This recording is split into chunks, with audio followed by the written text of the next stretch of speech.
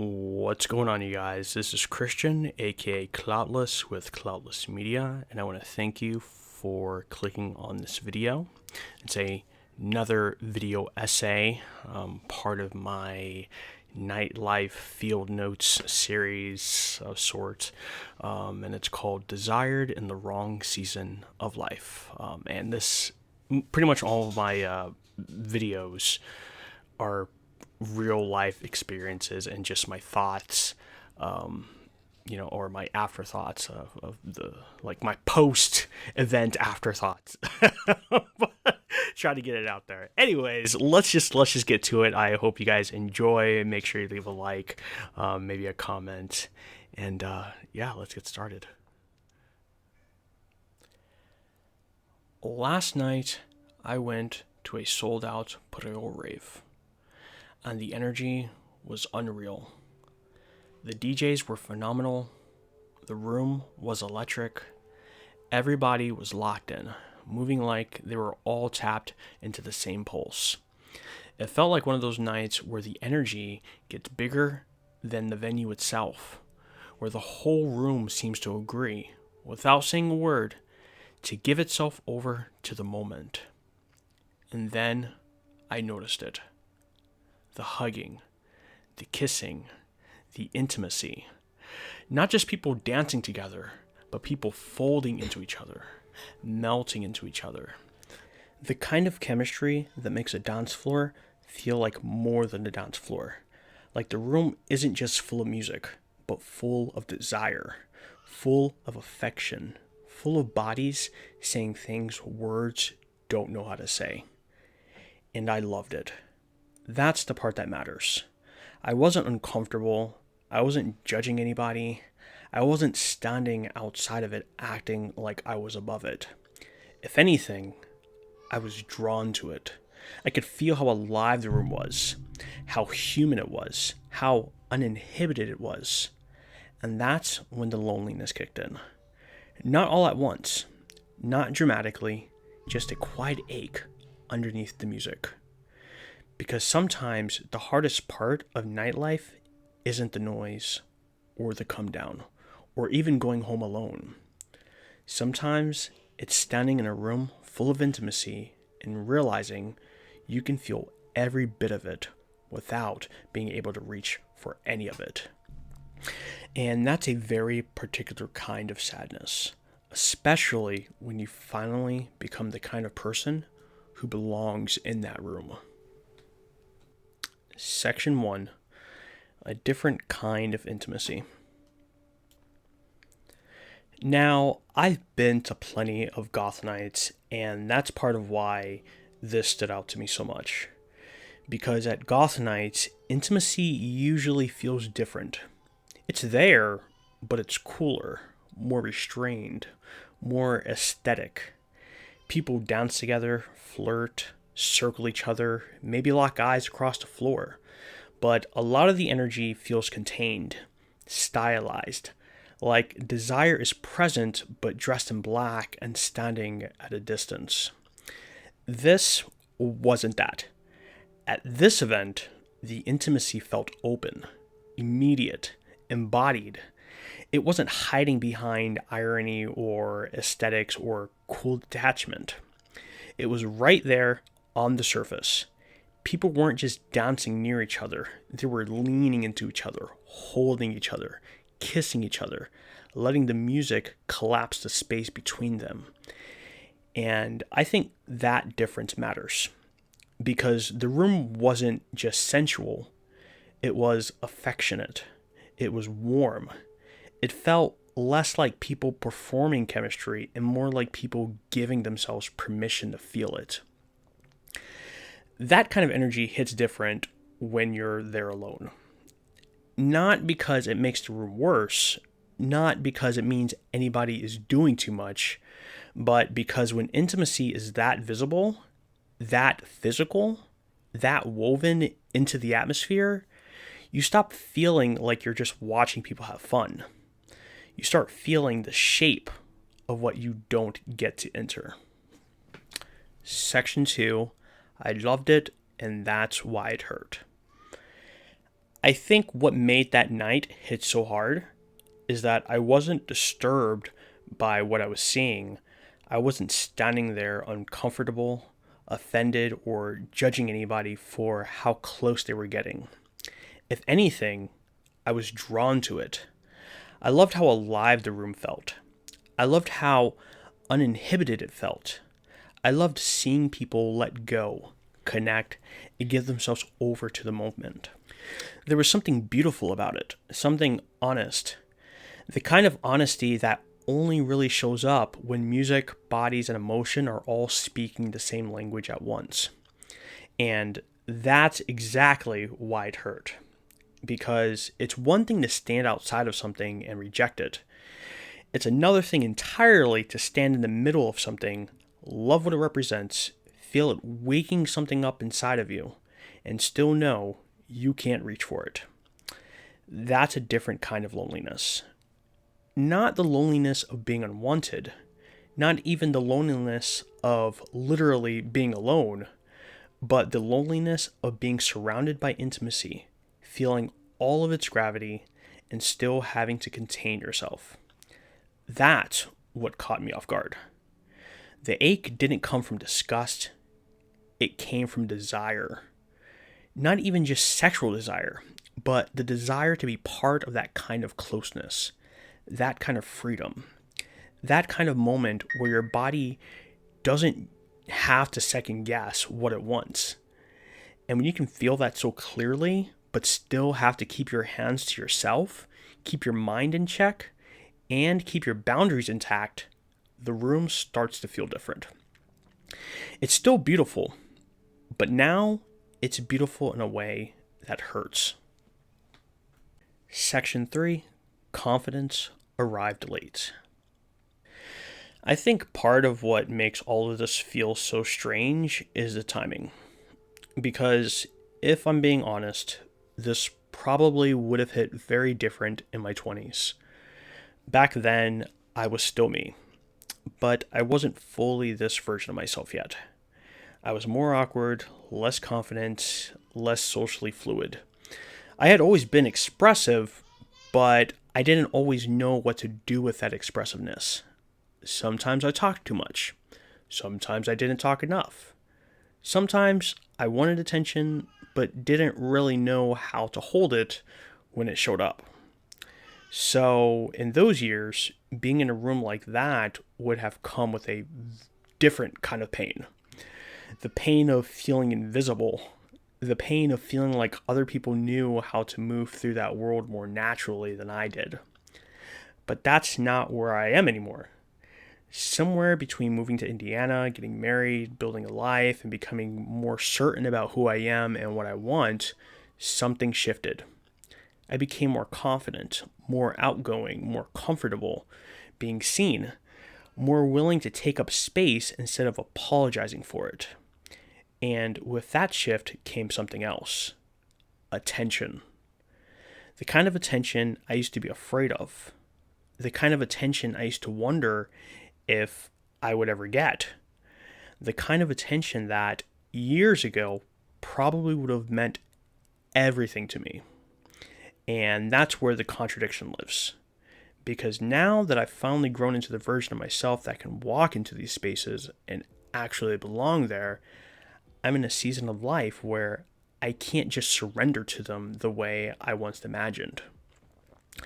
That's the weird ache of it. It's not just desire, it's timing. It's realizing that confidence arrived just in time to make the room open up to me, and just late enough for me to have to meet that openness with discipline. And there's something almost cruel about that. To finally feel at home in a space that asks for abandon while living a life that asks for restraint. Section 4, the code. The thing is, I'm not confused about my boundaries. That's important. Because this isn't one of those situations where I'm standing in the middle of the dance floor trying to figure out right from wrong. I already know where my line is. I already know what I'm willing to do and what I'm not. My rule is pretty simple. I don't do anything I wouldn't do in front of my wife or in front of a camera. And in a time where almost everything is recorded anyways, that line matters even more. So the struggle isn't confusion, the struggle is containment.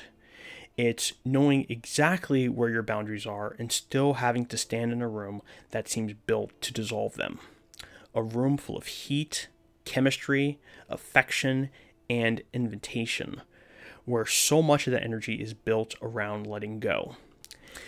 That's what makes it complicated, because I'm not fighting temptation in some dramatic movie scene kind of way. I'm not standing there on the verge of ruining my life. It's quieter than that. More eternal, more disciplined. It's the experience of feeling something real wake up in you and choosing in real time not to let that feeling turn into action. And I think that kind of discipline can be hard to explain, especially to people who have never had to practice it in a setting like that. To most people, the answer is probably simple. Just don't do anything. And yeah, technically that's true. But that doesn't really capture the experience of being there, of feeling the room, of feeling your body respond to the room, of feeling seen, feeling alive, feeling drawn in, and still choosing to keep certain parts of yourself in check. That's the part people really don't talk about. Not because the boundary itself is unclear, but because the emotional cost of holding that boundary can be surprisingly heavy, especially when you're not there with your partner, especially when your partner isn't really part of that world, especially when a room is showing you a version of aliveness that you can feel in your bones but cannot fully enter without portraying something you care about. So no, the issue isn't that I don't know the rules. The issue is that sometimes living by a code can feel lonely in a room designed to make people forget theirs. Section 5, the cost of restraint. I think this is the part that's hardest to explain without sounding ungrateful for the life I have. Because this isn't about being unhappy with my marriage. It isn't about wishing I were single. And it isn't about pretending that discipline is some kind of punishment. It's deeper than that. It's grief. Not grief in the dramatic sense, not the kind that destroys your life, but a quieter kind of grief. The kind that shows up when a part of you is awakened in a space where it cannot fully live. That's what certain nights feel like. They wake something up in me. Something sensual, something social, something free, something that wants to be chosen, touched, mirrored, pulled closer, and I can feel all of that without being confused about what I'm going to do. That's the paradox. Because people talk about self-control like it's clean, like it's just a matter of saying yes or no, do the right thing, keep it moving, end of story. But restraint doesn't always feel clean. Sometimes restraint feels heavy. Sometimes it feels lonely. Sometimes it feels like leaving a room with part of yourself still lit up and nowhere for that energy to land. And that ache can be hard to carry home. Especially when what hurts isn't just desire, but the realization that nobody is really waiting for that version of you on the other side of the night. That may be the hardest part. Not simply that I have boundaries, not simply that I go home alone from those experiences, but that the version of me that comes alive in those places doesn't always have a matching place to land when the music ends.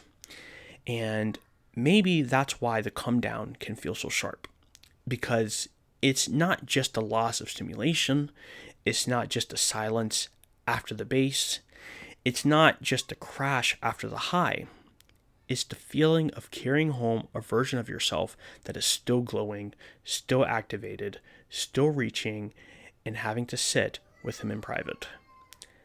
That's the cost of restraint no one really talks about. Not repression, not regret, just the loneliness of having to hold something real without letting it become something reckless. Section 6, Translation. So maybe the answer isn't to stop going. And maybe the answer isn't to pretend I don't feel anything either. Maybe the answer is learning how to let those nights mean something without needing them to become something more. Because if I'm honest, I don't think I go to these places just to watch people. I go because something in me comes alive there. The music, the movement, the energy, the spectacle, the intimacy, the freedom, all of it touches something real in me. And maybe my role in those rooms isn't to possess that energy. Maybe it's to witness it, to dance in it, to be moved by it, to let it wake something up in me, and then to carry that feeling home without needing to act on every part of it. Maybe that's what this season of life is asking from me. Not conquest, not escape, not indulgence without limits, translation. Taking all of that heat, all of that ache, all of that beauty, all of that loneliness, and turning it into something that can actually live beyond the night. A thought, a piece of writing, a song, a visual, a video essay, some kind of artifact that proves that feeling mattered, even if I couldn't hold on to it in a way I wanted to. Because maybe that's the real alternative to possession. Not denial, not numbness, not pretending I'm above it, but transformation. Letting the room give me something I can't keep in its original form, and still refusing to let that mean it was wasted. Maybe I can't always take that energy home as intimacy. Maybe I can't always take that energy home as touch. Maybe I can't always take it home as closeness. But I can still take it home as meaning. And maybe that's enough. Maybe that's what it means in this season of my life to stand in those rooms honestly. Not untouched, not untempted, not unaffected, just aware, disciplined, alive, and willing to turn that ache into art. Outro. I don't think this is something I need to fix. I think it's something I need to understand. These nights bring something out of me. They remind me that I'm still alive, still human, still affected by beauty, intimacy, desire, music, and energy. And maybe the goal isn't to shut any of that off just because I can't act on every part of it. Maybe the goal is just to be honest about what it feels like. To admit that nightlife can make you feel euphoric and lonely at the exact same time. To admit that boundaries can still ache even when they matter.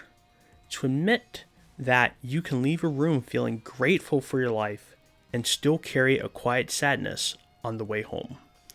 And maybe there's nothing wrong with that. Maybe growing older doesn't mean feeling less. Maybe it means learning how to carry feeling without letting it carry you away. So no, I don't think the answer is to stop going. And I don't think the answer is to pretend the ache isn't real.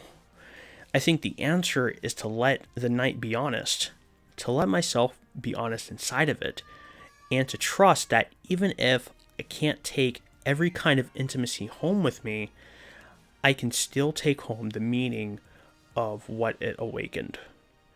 Maybe not every form of aliveness is meant to be possessed. Maybe some of it is only meant to be felt, only meant to pass through you, only meant to leave a mark. And maybe in this season of my life, that's enough. This has been Christian with Cloudless and Indie. I hope you guys enjoyed this video. Like, share, subscribe, maybe leave a comment, and I will see you guys in the next one. Thanks for listening. Peace out.